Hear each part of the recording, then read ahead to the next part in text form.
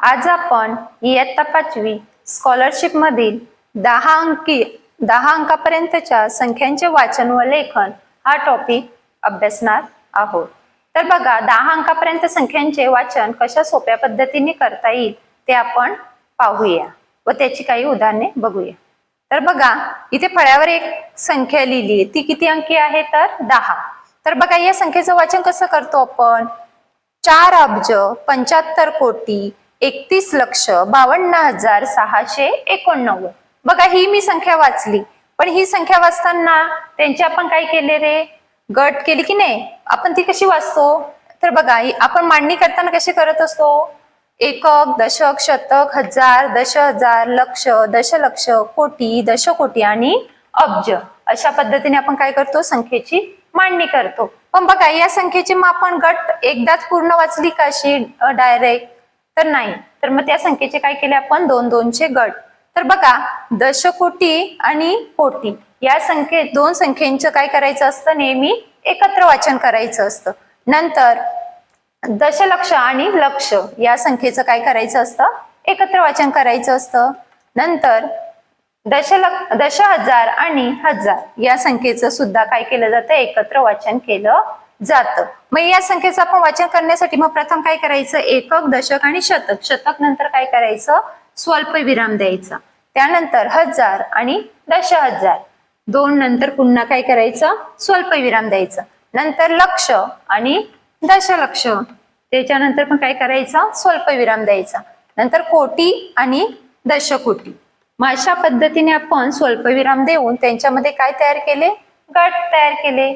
मग ही आता संख्या जर आपण वाचन करायला घेतली तर ती आपल्याला काय होईल, सोपी होईल। तर बघा 4,75,31,52,689 अशा पद्धतीने आपण काय करू शकतो, ती संख्या सहज वाचन करू शकतो। बघा संख्या नेहमी वाचन करताना मग काय करायचं, त्या संख्येचं शतकानंतर म्हणजे 3 संख्यानंतर म्हणजे उजवीकडून काय करायचं, संख्येचे गट करायला घ्यायचे। बघा उजव्या बाजूनंतर 3 संख्या सोडून नंतर 2-2-2 अशा पद्धतीने काय करायचे, संख्येचे गट तयार करायचे आणि मग त्यानंतर ही संख्या काय करायची, वाचन करायची। तर आता आपण त्याची काही उदाहरणे बघूया। मग बघा फळ्यावर उदाहरण दिलं आहे, मग अशी आपण आता बघितलं की या संख्येचं काय करायचं, गट करायचे। उजवीकडून काय करायचं, 3 संख्या सोडून काय करायचं, त्यानंतर 2-2-2 अशा पद्धतीने काय करत देत जायचं, त्यांना स्वल्पविराम देत जायचं। तर बघा आपण ही संख्येला काय केलं, स्वल्पविराम दिले। मग या संख्येचं वाचन करताना आपण काय करणार, एकक, दशक, शतक, हजार, दशहजार, लक्ष, दशलक्ष, कोटी, दशकोटी आणि अब्ज। मग आता या संख्येचं वाचन कसं आपण करणार, 5,27,43,89,135। मग अशा पद्धतीने जर ती संख्या दिली असेल आणि आपण स्वल्पविराम देऊन त्या संख्येचे 2-2चे जर पुढे गट केले तर काय होते, आपल्याला संख्या वाचनासाठी सोपी जाते। बघा खाली पण पुन्हा एक संख्या दिली आहे, तर बघा मग पुन्हाही आपण तसंच करायचं। उजवीकडून 3 अंक सोडून काय करायचं, 2-2च्या गटाने काय करायचं, स्वल्पविराम द्यायचं। तर बघा आता मग इथे काय झालं, एकक, दशक, शतक, हजार, दशहजार, लक्ष, दशलक्ष, कोटी आणि दशकोटी। आता आपण 2-2च्या गटाप्रमाणे वाचन करूया। तर 27,35,35,24,261 अशा पद्धतीने आपण काय करू शकतो, संख्येचे वाचन करू शकतो। तर आपण आणखीन एक उदाहरण बघूया। बघा ही संख्या दिली आहे, या संख्येचं वाचन करताना आपण मगाशी सांगितल्याप्रमाणे तिचे गट करून घ्यायचे। उजवीकडून काय करायचं, डावीकडे 3 अंक सोडून काय करायचे, 2-2 या गटाने काय करायचं, स्वल्पविराम द्यायचं। मग अशा पद्धतीने आपण काय करू शकतो, 7,52,67,35,312 अशा पद्धतीने आपण संख्येचं काय करू शकतो, वाचन करू शकतो। आणखीन आपण ही संख्या काय करू शकतो, अशा पद्धतीने त्यांच्या वर किंवा अशा पद्धतीने बॉक्स आपण काय करू शकतो, त्यामध्ये अंक टाकून काय करू शकतो, आपण त्या संख्येचं वाचन करू शकतो। तर बघा नेहमी संख्या लिहिताना या कुठून द्यायच्या असतात, उजवीकडून काही एककाच्या कडून काय करायची असते, संख्या मांडायची असते. तर बघा प्रथम आपण 2 मांडूया. 1 3 5 3 7 6 2 5 आणि 7. आपण मगाशी बघितल्याप्रमाणे काय करायचं असतं बघा, दश कोटी आणि कोटी यांचं काय करतो आपण, वाचन नेहमी एकत्र करतो. दशलक्ष आणि लक्ष यांचंही काय करायचं असतं, वाचन एकत्र करायचं असतं. 10,000 आणि हजार यांचंही काय करायचं, वाचन एकत्र करायचं. तर मग आता वाचन करताना आपण कशी संख्या वाचणार, 7 अब्ज 52 कोटी 67 लक्ष 35,312 अशा पद्धतीने आपण काय करू शकतो, या संख्येचं काय करू शकतो, वाचन करू शकतो. बघा आता आपण पुढचं उदाहरण बघूया. तर काय आहे, 90 कोटी 67 लक्ष 23,502. मग ही संख्या जर तुम्हाला सोप्या पद्धतीने वाचायची असेल तर तिची काय करून आपण करू शकतो, मांडणी करू शकतो. बघा 2 0 5 3 2 7 6 0 9. आपण मगाशी पाहिल्याप्रमाणे बघा दशकोटी आणि कोटी यांचं काय करायचं, एकत्र वाचन करायचं. दशलक्ष आणि लक्ष यांचं काय करायचं, एकत्र वाचन करायचं. नंतर 10,000 आणि हजार याचं काय करायचं, एकत्र वाचन करायचं. आणि मग या 3 संख्यांचं काय करायचं, वाचन करायचं. बघा ही 10 अंकी संख्या आहे का, नाही, तर ती किती अंकी आहे, 9. म्हणून हिचं वाचन करताना कसं येईल बघा, 90 कोटी 67 लक्ष 23,502 अशा पद्धतीने आपण काय करू शकतो, संख्येचं वाचन करू शकतो. मग अशा पद्धतीने आपण संख्येचं वाचन कसं करणार आहोत, त्याची आपण काही उदाहरणे अभ्यासूया. बघा आपण पहिलं उदाहरण पाहूया. 35,15,540 ही संख्या अंकात कशी लिहितात. तर बघा त्यांनी सांगितले 35,15,540 ही संख्या अंकात कशी लिहितात. तर आपल्याला या 4 पर्यायांपैकी ही संख्या काय करायची आहे, उत्तर शोधायचं आहे. तर बघा पहिली दिली, आपण मगाशी नियम पाहिल्यानुसार काय करायचं, उजवीकडून 3चं काय करायचे, 3 संख्या सोडून नंतर काय करायचं, 2 2चे गट करायचे.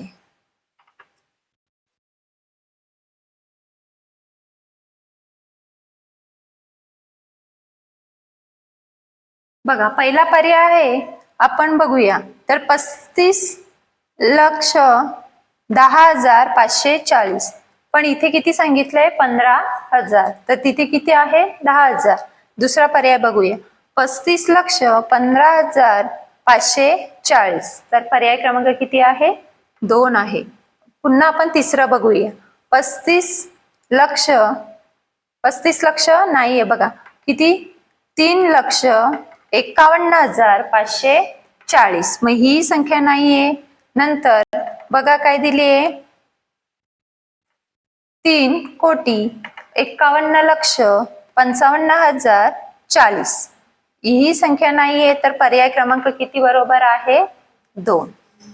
तर याचं उत्तर किती आहे, पर्याय क्रमांक 2. तर बघा आता आपण पुढचं उदाहरण बघूया. उदाहरणामध्ये काय दिली संख्या बघा, 23 77 53 63 15 ही संख्या अक्षरा कशी लिहाल. बघा ही संख्या काय सांगितले त्यांनी, अक्षरामध्ये तुम्ही कशा पद्धतीने लिहा.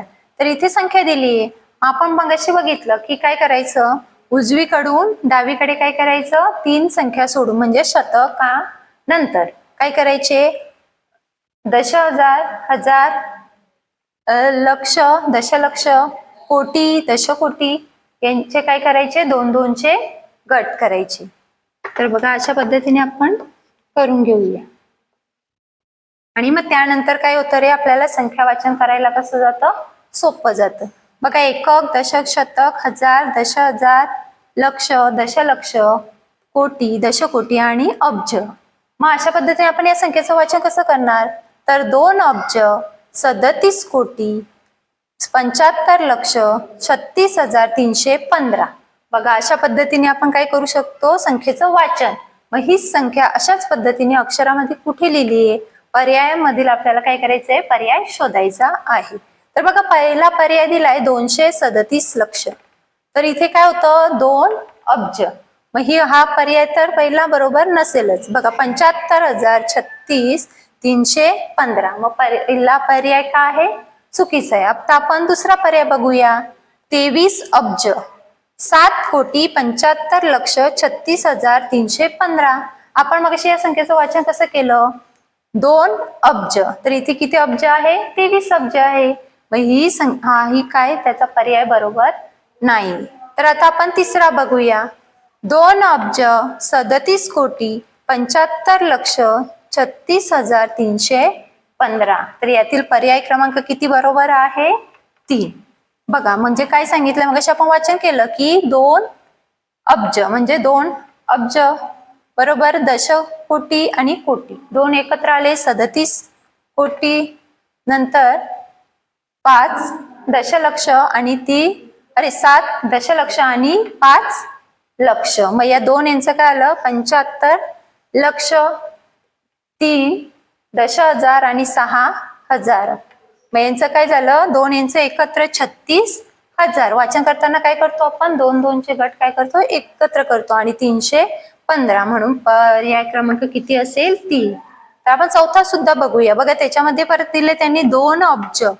2 अब्ज बरोबर 3 कोटी. तिथे 3 कोटी आहेत का, नाही. तर दशकोटी आणि कोटी यांचा आपण दोन्ही यांचा उच्चार काय करतो, वाचन करताना एकत्र करतो. म्हणून इथे किती आहे, 37 कोटी. म्हणून चौथा पर्याय ही बरोबर नाही. तर यातील दुसरा पर्याय काय आहे, तिसरा पर्याय काय या प्रश्नाचं उत्तर आहे.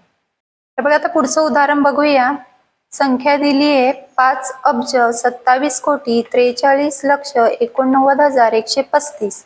या संख्येत कोटी, दशलक्ष, हजार या स्थानावर अनुक्रमे कोणते अंक आहेत. तर बघा आपल्याला काय करायचंय, या संख्येतील काय करायचे आहेत, त्यांनी काय सांगितलंय, कोटी, दशलक्ष व हजार या स्थानावर कोणते अंक आहेत ते काय करायचे आपल्याला सांगायचे आहेत. त्याच्यामध्ये पर्याय त्यांनी दिलेले 4.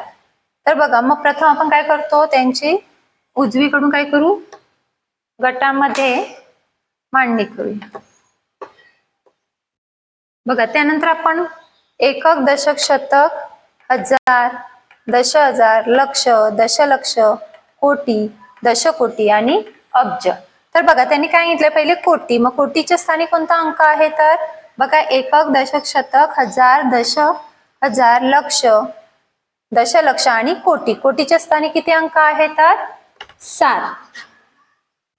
त्यानंतर काय सांगितले त्यांनी, दशलक्ष.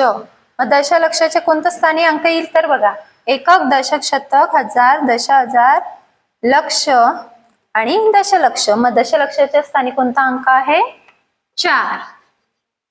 आणि मग नंतर काय सांगितलंय त्यांनी, हजार. एकक, दशक, शतक आणि हजार. हजाराच्या स्थानी कोणता अंक आहे, 9. तर मग बघा आपल्या पर्यायामध्ये शोधायचंय. तिथे तर 2 आहे, 4 आणि 9 तर नाहीये. मग 7, 3 आणि 9. तर इथे काय आहे, 4 आहे. दशलक्षाच्या स्थानी काय आहे, 4 आहे. मग हाही पर्याय नाहीये. तिसरा पर्याय बघूया आपण, 7, 4 आणि 9. तर पर्याय क्रमांक किती आहे, 3. आपण चौथा बघूया, 2 तर नाहीच आहे, 3 आणि 8 पण नाही. मग पर्याय क्रमांक किती आहे, 3. किती, कोटीच्या स्थानी किती अंक आहे, 7 आहे. दशलक्षाच्या स्थानी किती अंक आहे, 4 आहे. आणि हजाराच्या स्थानी किती आहे, 9. तर मग पर्याय क्रमांक किती बरोबर आहे, 3. 3 हा पर्याय काय आहे, या प्रश्नाचं उत्तर आहे. बघा आता आपण पुढचं उदाहरण बघूया. बघा चौथं उदाहरण काय आहे, पुढील पैकी कोणत्या जोडीतील संख्येचे वाचन चुकीचे आहे. बघा आता यामध्ये आपल्याला काय बघायचं आहे, संख्या दिलेल्या आहेत, त्या संख्येचे वाचन काय आहे, चुकीचे आहे. एक जोडी काय असेल यातील चुकीची, ती आपल्याला काय करायची, शोधायची. तर बघा पहिलं उदाहरण आहे, पहिली पर्याय काय दिला त्यांनी, बघा 2 लक्ष 13,508. बघा मग त्याचं काय आहे, बरोबर वाचन आहे का, 2 लक्ष 13,508. तर या संख्येचं वाचन कसं आहे, बरोबर आहे.